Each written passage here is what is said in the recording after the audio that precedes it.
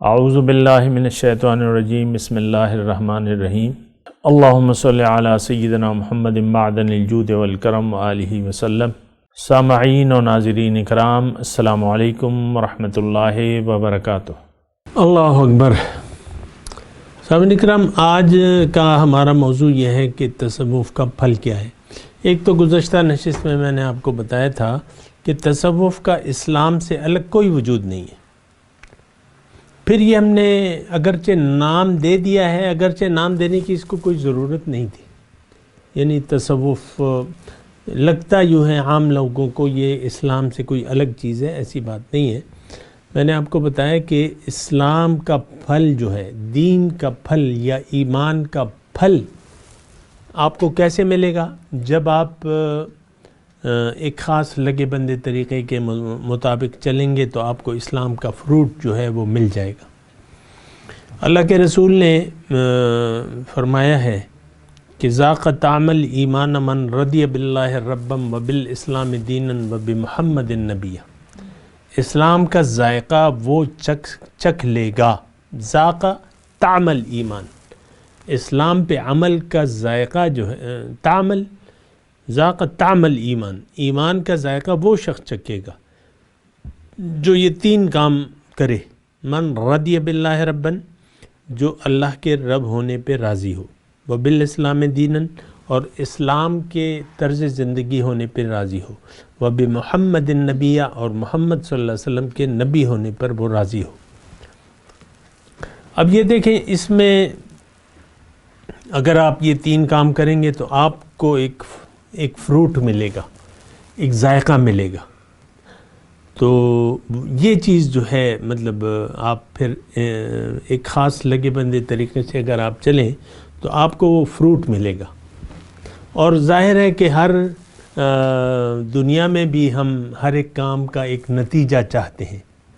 بچے کو 10-12 سال آپ پڑھاتے ہیں، 15 سال پڑھاتے ہیں، تو اس کا فروٹ کیا ہوتا ہے کہ وہ ڈاکٹر بن جاتا ہے، انجینئر بن جاتا ہے، ایک PhD کر لیتا ہے، ڈاکٹر بن جاتا ہے۔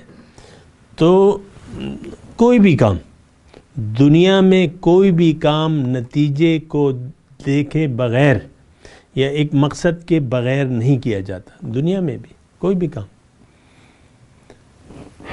اچھا، لیکن بات یہ ہے کہ آپ ذرا اندازہ لگائیں کہ دین کو بغیر کسی مقصد کے ہم فالو کر رہے ہیں، فالو کر بھی رہے ہیں، وہ تو ایک الگ مسئلہ ہے نا، لیکن دین اسلام کا نام ہم لیتے ہیں۔ کوئی آپ سے پوچھے نا کہ آپ کون ہیں، کیا مذہب ہے، آپ فخراً کہتے ہیں کہ میں مسلمان ہوں، لیکن آپ کو معلوم نہیں ہے کہ اسلام کا پھل کیا ہے، اس کا فروٹ کیا ہے، اس کا نتیجہ کیا ہوگا۔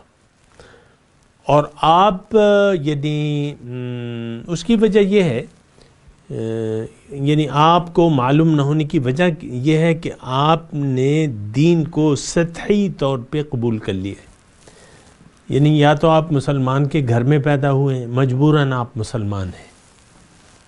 کیا کہا؟ مجبوراً آپ مسلمان ہیں، کچھ اور آپ کہہ نہیں سکتے۔ مسلمان کے گھر میں پیدا ہونے والا بچہ اپنے آپ کو ہندو کبھی نہیں کہے گا۔ تو اس کا کیوں؟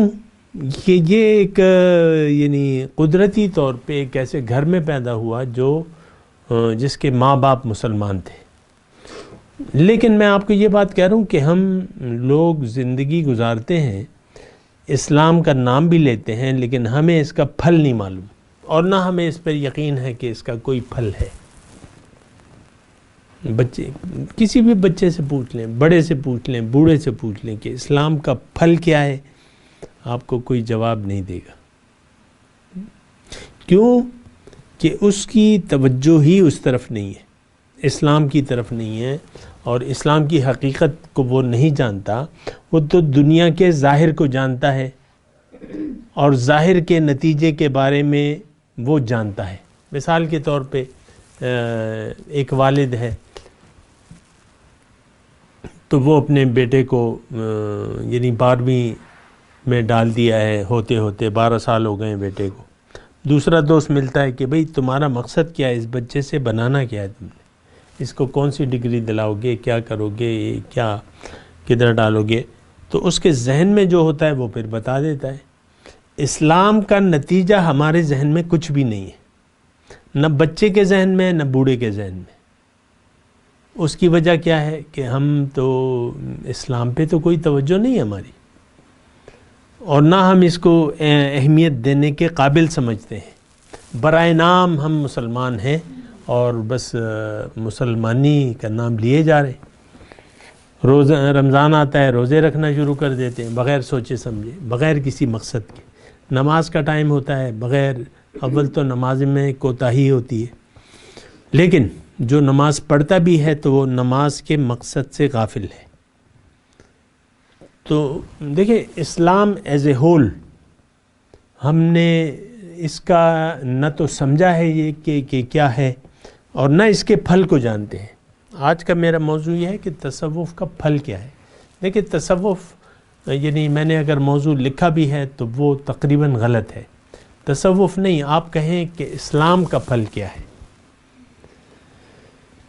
تو اب یہ ہے نا کہ اسلام کا پھل یہ ہے کہ آپ اپنے آپ کو اللہ کے حوالے کر دیں، آپ اپنے آپ کو اللہ کے حوالے کر دیں۔ تو جب آپ اپنے آپ کو اللہ کے حوالے کریں گے، ایک خاص طریقہ ہے، اور طریقہ یہ ہے کہ سب سے پہلے آپ نے ایک منزل بنانی ہے، اپنی منزل زندگی گزارنے کے لیے ایک منزل بنانی ہے، اور منزل کا تعین سب سے پہلے آپ کے ذہن میں ہونا چاہیے، اور اس سے بھی پہلے آپ کو اپنے آپ کو جاننا چاہیے کہ میں کون ہوں۔ عام طور پہ تو ہم ظاہر ہی میں پھنسے ہوئے ہیں، اور ظاہر ہی کی ہمیں فکر ہے، باطن کی فکر نہیں ہے، ظاہر کی فکر ہے۔ آپ دیکھ لیں، ماں ہو، باپ ہو، بچے ہوں، سارے ظاہر کی فکر میں۔ کیا بنو گے؟ بچوں سے پوچھو کیا بنو گے، کہتا ہے میں پائلٹ بنوں گا، میں فوجی بنوں گا، میں یہ وہ۔ یہ بات مطلب یہ ہے کہ یہ ہماری وہ غلط فہمیاں ہیں جو ہمارے ساتھ چل رہی ہیں، اور اسلام کا پھل یہ نہ ہمیں معلوم ہے نہ معلوم کرنا چاہتے ہیں۔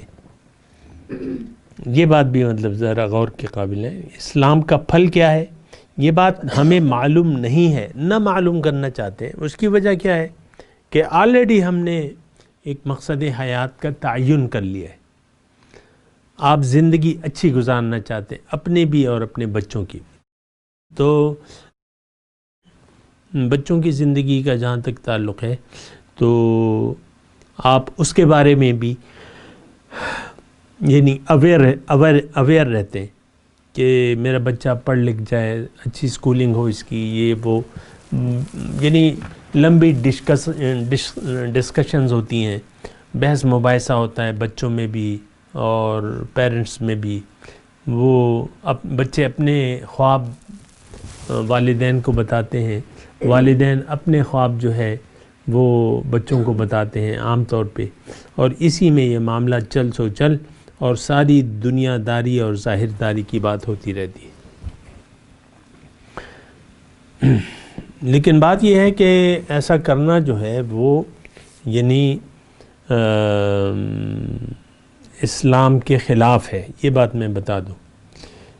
اچھا، آج کا میں نے جو موضوع رکھا ہے وہ یہ ہے کہ اسلام کا پھل کیا ہے۔ دیکھیں، جب تک آپ کسی نتیجے کی پرواہ نہیں کریں گے تو وہ نتیجہ آپ کو ملے گا بھی نہیں۔ یعنی سب سے پہلے ایک منزل، ایک ٹارگٹ کا تعین ہونا چاہیے کہ میں نے کرنا کیا ہے۔ انسان ہم عام طور پہ زندگی گزار رہے ہیں تو اس کا عام طور پہ ہمارا ظاہر دنیا ہی مقصود ہوتا ہے۔ تو اسلام کا جو پھل ہے تو وہ تو پھر رہ گیا، کیونکہ دو چیزیں تو نہیں ہو سکتی نا۔ ایک یعنی آپ دو گٹھلیاں بیک وقت نہیں بو سکتے کہ ایک جامن کی ہو گٹھلی اور ایک جو ہے آم کی ہو۔ کبھی ایسا ہو سکتا ہے؟ زمین میں آپ دو گٹھلیاں بیک وقت نہیں ڈال سکتے، فاصلہ رکھنا ہوگا، یا ایک وقت میں ایک ہی گٹھلی آپ ڈالیں۔ تو اسی طرح ہم نے ایک گٹھلی دو چونکہ ہو نہیں سکتی، دو مقاصد بن نہیں سکتے، لہٰذا ہم نے دنیا کا انتخاب کر لیا ہے بطور مقصود کہ ہم نے زندگی اچھی گزارنی ہے۔ اب یہ زندگی اچھی گزارنی ہے اور پھر اس کے تقاضے جو ہیں اچھی زندگی کے لیے، پھر اچھی پڑھائی ہونی چاہیے، اچھی اسکولنگ ہونی چاہیے بچے کی۔ بس اس میں جو ہے بچہ پڑھ جاتا ہے، آہستہ آہستہ اس کا جو بچکانہ ذہن ہے وہ جوان ہوتا رہتا ہے، اور پھر اس میں یعنی وہ ذہن جو ہے پکا ہو جاتا ہے، پکا ہو جاتا ہے، جو یعنی دنیا، حصول دنیا کے لیے پکا ہو جاتا ہے، چاہے جو بھی مقصد ہو۔ لڑکیاں ہیں عام طور پہ ایسے گھرانوں میں بعض اوقات کے ماں باپ ان سے کام نہیں کراتے، کوئی پیشہ نہیں کراتے۔ پیشہ کا مطلب یہ ہے کوئی فن کی، یا ڈاکٹر نہیں بنانا چاہتے، انجینئر نہیں بنانا چاہتے۔ اب یہ لگی بندی پھر ایک شادی رہ گئی ہے بچی کی۔